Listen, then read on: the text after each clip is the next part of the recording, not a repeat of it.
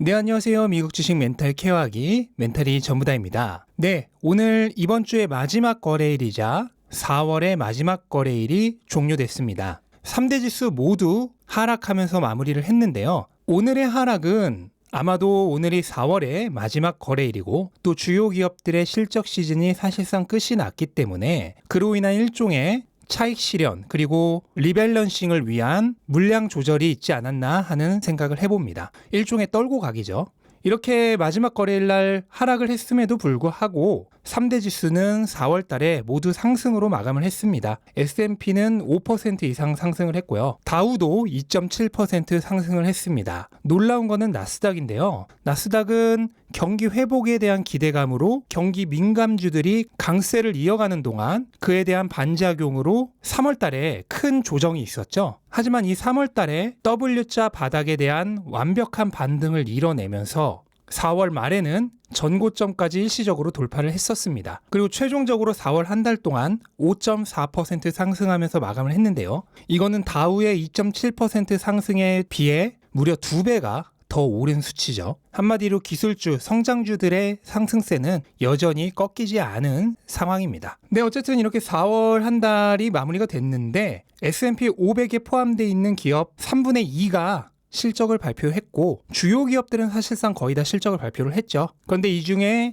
84% 정도의 회사가 시장 기대치를 초과한 실적을 발표를 했다고 합니다. 그러니까 현재 미국 주식의 이런 엄청난 상승세는 기업의 실적에 바탕을 둔 결과라고 보시면 될 것 같습니다. 주요 기업들을 보자면 오늘 빅테크 기업들은 대부분 하락으로 마감을 했습니다. 가장 큰 이유는 빅테크 기업들이 실적에 대한 기대감으로 그동안 주가가 굉장히 많이 올라온 상황이었죠. 그런데 이제 실적 시즌이 끝났기 때문에 일종의 뉴스의 파라라가 나오면서 그동안 많이 올랐던 상승분에 대한 어느 정도의 차익 실현 물량이 오늘 나온 것이라고 볼 수 있겠습니다. 또 한 달의 마지막 거래일이다 보니 펀드나 개인들의 포트폴리오 리밸런싱을 위한 물량이 오늘 다수 나온 것도 이유 중에 하나일 것입니다. 반면 지금 비트코인은 강하게 상승을 하고 있습니다. 조만간 다시 6만 달러대의 문을 두드릴 것으로 예상이 되고요. 알트코인의 최강자인 이더리움은 유럽투자은행이 2억 달러 정도의 디지털 채권을 발행한다는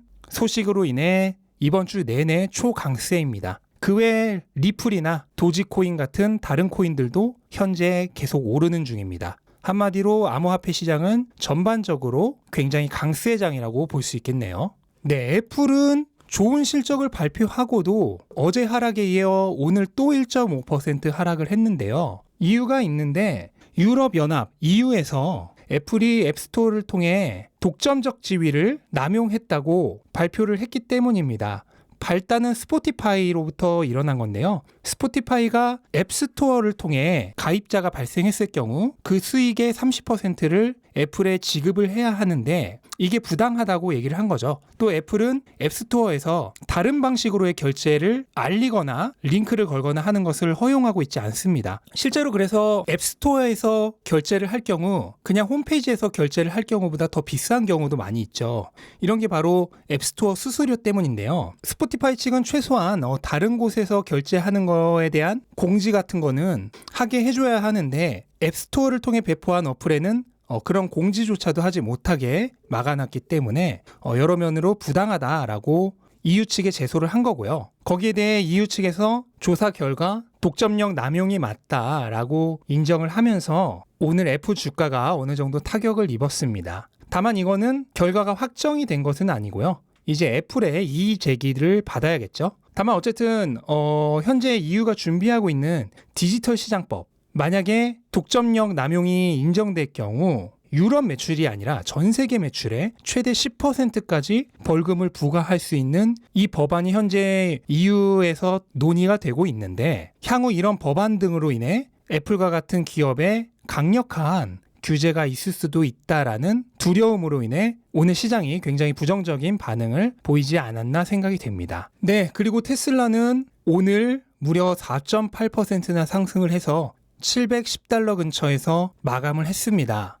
오늘 대부분의 빅테크 기업들이 주가가 하락을 했는데 테슬라는 나홀로 상승을 했습니다. 뭐 여러 가지 이유가 있겠지만 우선 첫 번째로 가장 쉽게 생각할 수 있는 거는 다른 기업들은 그동안 계속 올랐고 테슬라는 그동안 계속 떨어졌기 때문에 오늘은 반대의 결과가 나온 거겠죠. 제가 어제 지금 테슬라가 실적 발표 후 강한 매도 물량이 나오면서 현재 일시적인 과매도 상태이기 때문에 다음 지지선인 640달러까지 가지 않고 이 자리에서 다시 반등을 시도할 수도 있다라고 얘기를 드렸는데 다행히도 오늘은 그런 결과가 나왔습니다. 일단 오늘의 이 반등으로 인해서 주가가 다시 700달러대로 진입을 했기 때문에 여전히 700달러의 지지선은 붕괴되지 않은 것으로 간주가 됩니다. 이거는 제가 몇 번 설명을 드렸던 것 같은데 이거를 스프링이라고 얘기를 하죠. 우리말로 하면 거짓 붕괴인데요. 지지선이 붕괴한 지 2, 3거래일 정도 안에 다시 주가가 지지선 위로 올라와서 그 이후로도 계속 그 가격대를 유지해 준다면 이거는 지지선이 붕괴되지 않은 것으로 간주합니다. 그래서 이거를 스프링 거짓 붕괴라고 얘기를 하고요. 정반대의 일이 저항선 부근에서도 일어나죠. 가끔 저항선을 일시적으로 돌파한 것처럼 보이지만 3거래일 정도 안에 다시 저항선 밑으로 내려와서 원래의 가격대로 돌아올 경우 이거를 거짓 돌파, 업스러스트라고 얘기를 합니다. 주식을 보시다 보면은 이 스프링과 업스러스트는 굉장히 자주 일어나는 현상입니다. 그래서 만약에 테슬라가 다음 주에도 계속해서 이 700달러 부근을 유지해 준다면 어제의 하락은 스프링으로 간주를 할 수가 있고요. 여전히 700달러의 지지선은 붕괴되지 않은 것으로 간주할 수 있겠습니다. 만약 그렇게 700달러 부근에서 새로운 손바뀜이 많이 일어나면서 지지 기반을 형성하게 된다면 다시 한번 700달러 후반대를 향해 상승할 수 있는 발판을 강하게 다질 수 있겠죠. 당장 다음 주에 주가 흐름을 예측할 수는 없지만 이러한 흐름으로 진행되었으면 좋겠다 하는 개인적으로 희망을 하고 있습니다. 네, 그리고 테슬라의 오늘 상승에는 또 하나의 이유가 있을 수 있는데 테슬라가 이번에 S&P 500 ESG 지수에 포함이 되었습니다. 이 S&P 500 ESG란 거는 E는 환경, S는 소셜, 그리고 G는 거버넌스를 나타내고 있고요. E는 환경 기준으로 기업이 환경에 미치는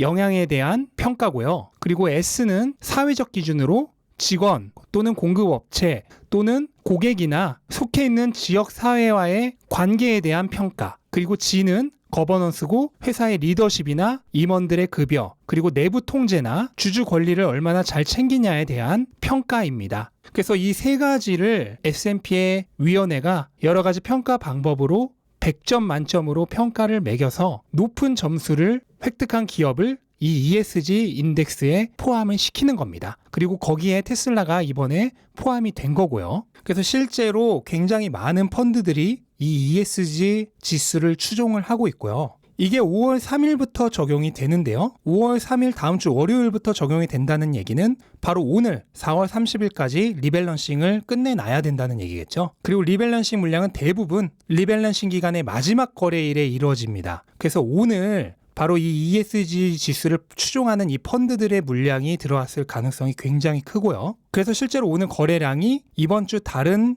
거래일들의 거래량보다 굉장히 많은 걸 볼 수 있죠. 그래서 이 영향이 어느 정도는 존재했을 것으로 보입니다. 하지만 어쨌든 주식이 오르고 내린 이유는 사실 나중에 다 끼워 맞추기예요. 정확한 이유는 아무도 알 수 없습니다. 시장은 장기적으로는 신이지만 단기적으로는 그냥 조울증 환자입니다. 예측이 불가능해요. 하지만 어쨌든 그동안 계속 하락하던 테슬라의 주가의 분위기가 반전이 된 것만은 확실하고요. 이 분위기를 다음 주에도 조금 더 이어간다면 충분히 다시 한번 700달러대에서 그 위로 도약할 수 있는 기회가 오지 않을까 하는 생각을 해봅니다. 네, 이렇게 4월의 마지막 거래일 한번 점검해 봤고요. 자, 이제 5월입니다. 5월은 가정의 달이죠. 주식도 좋지만 여러분들의 가정에도 늘 행복하고 좋은 일들만 가득하시기를 바라고요. 5월의 첫 주말 즐겁게 행복하게 보내셨으면 좋겠습니다. 네, 이상으로 영상 마치겠습니다. 영상 도움되셨다면 구독과 좋아요 부탁드리고 즐거운 주말 되시기 바랍니다. 감사합니다.